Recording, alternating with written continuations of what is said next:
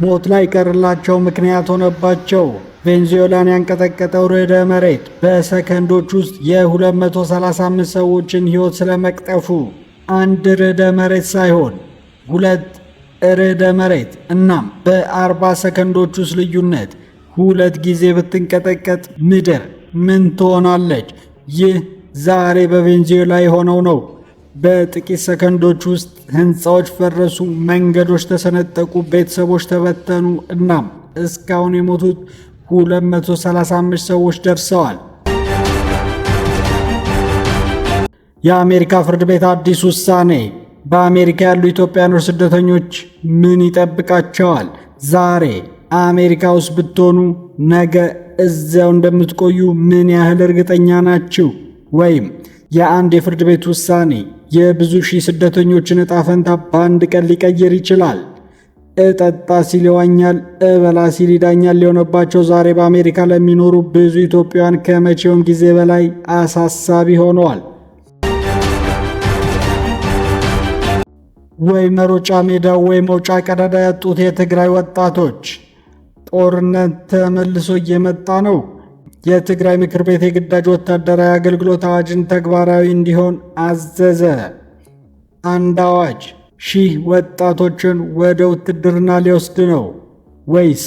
ይህ ውሳኔ በትግራይ ሌላ አዲስ ምዕራፍ እየከፈተ ነው። ከብዙ ወራት ጀምሮ ውይይት ሲደረግበት የነበረው የግዳጅ ወታደራዊ አገልግሎት አዋጅ አሁን ደግሞ ወደ ትግበራ እንዲገባ ትዕዛዝ ተሰጥቶበታል።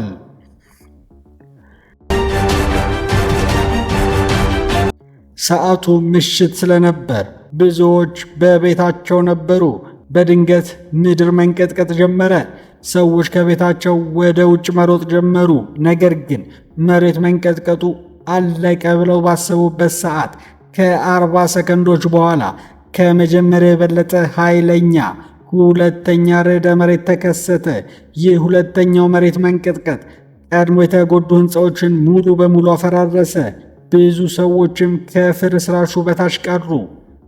የአሜሪካ ጂኦሎጂ ጥናት ተቋም እንደገለጸው የመጀመሪያው ርዕደ መሬት 7.2 ማግኒቲዩድ ነበር። ሁለተኛው ደግሞ 7.5 ማግኒቲዩድ።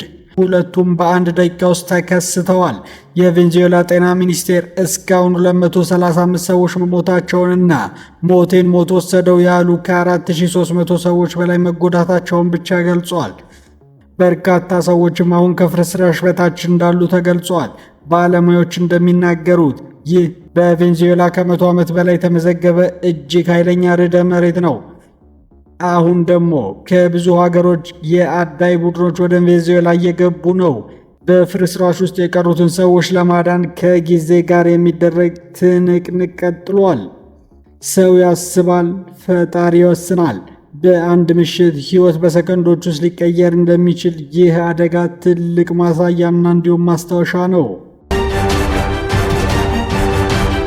ከአገሮ ተሰደው ለዓመታት በአሜሪካ ኖረዋል። ስራ አግኝተዋል። ልጆቹ ትምህርት ጀምረዋል። አዲስ ሕይወት ለመጀመር ተስፋ አድርገዋል። ነገር ግን በአንድ የፍርድ ቤት ውሳኔ ያሰባችሁትን ሳታሳኩ እንደገና ወደ አገራችሁ ልትመለሱ ትችላላችሁ። ይህ ውሳኔ በኢትዮጵያውያን ላይ ብቻ ሳይሆን ከሌሎች ሀገራት የመጡ ስደተኞችንም በጥልቅ ፍርሃት ውስጥ ከቷል። የአሜሪካ ጠቅላይ ፍርድ ቤት በቅርቡ ባስተላለፈው ውሳኔ መንግሥት ለተወሰኑ ስደተኞች የሰጠው ጊዜያዊ ጥበቃ ወይም ቴምፖራሪ ፕሮቴክትድ ስታተስ ቲፒኤስ እንዲያበቃ የሚያስችል ሕጋዊ መንገድ ከፍቶለታል። ይህም በቲፒኤስ ስር የነበሩ ሰዎችን ለመመለስ ወይም ሌላ ሕጋዊ መፍትሔ ለመፈለግ ጫና ሊፈጥርባቸው ይችላል። ይህ ውሳኔ በተለይ በአሜሪካ በቲፒኤስ ወይም በሌሎች ጊዜ የስደት ጥበቃ ስር የሚገኙ ኢትዮጵያውያን ዘንድ ከፍተኛ ስጋት ፈጥሯል። ይሁን እንጂ ውሳኔው ሁሉም ኢትዮጵያውያንን ወዲያውኑ ይባረራሉ ማለት አይደለም። እያንዳንዱ ጉዳይ በየራሱ ሕጋዊ ሂደት ይታያል ማለት እንጂ። የስደተኞች መብት ተሟጋች በበኩላቸው ውሳኔው ብዙ ቤተሰቦች በሕጋዊና በስነ ልቦናዊ ጫና ውስጥ ሊከት እንደሚችል ሲገልጹ፣ መንግሥት ደግሞ የስደት ሕጎች በሕግ መሠረት መተግበራቸውን ያስረዳል። ሕግ ሲቀየር የሰዎችም ሕይወት አብሮ ይቀየራል። ስለዚህ ለብዙ ስደተኞች ዛሬ የተሰጠው ውሳኔ የነገ ዕጣ ፈንታቸው ሊወስን እንደሚችል ወሳኝ ምዕራፍ ሆኗል። ከዚህ በፊት ጦርነቱ ካበቃ በኋላ ብዙ ወጣቶች እንግዲህ ሰላም ይመጣል ብለው ነበር የጠበቁት። አንዳንዶች ወደ ትምህርት ተመለሱ፣ ሌሎች ሥራ ለመጀመር ሞከሩ። ቤተሰቦችም የጦርነቱን ቁስል ቀስ በቀስ ለማስታገስ እየሞከሩ ነበር። ነገር ግን ሳር ያልሰጧት ላም ወተት አምጪ ቢሏት ሆነና አሁን የወጣው ውሳኔ እንደገና ስለ ውትድርና፣ እንደገና ስለ ምልመላ፣ እንደገና ስለ የጸጥታ ሁኔታ አዲስ ውይይት ከፍቷል። ብዙ ሰዎችም ይህ ጥቃት ቢፈጠር ለመከላከል ዝግጅት ነው ወይስ አዲስ ግጭት እየተቃረበ ነው የሚል ጥያቄ ማንሳት ጀምረዋል። የትግራይ ክልል ምክር ቤት ቀደም ሲል ያጸደቀው የግዳጅ ወታደራዊ አገልግሎት አዋጅ ተግባራዊ እንዲሆን አዟል። አዋጁ በወታደራዊ አገልግሎት ላይ ግዴታን የሚጥል ሲሆን አገልግሎቱን ከመሸሽ ወይም ከማሰናከል ጋር የተያያዘ ከባድ ቅጣቶችንም ይደነግጋል። የሕጉ አንዳንድ ድንጋጌዎች እስከ ዕድሜ ልክ እስራትና የሞት ቅጣትንም እንደሚያካትቱ ገልጿል።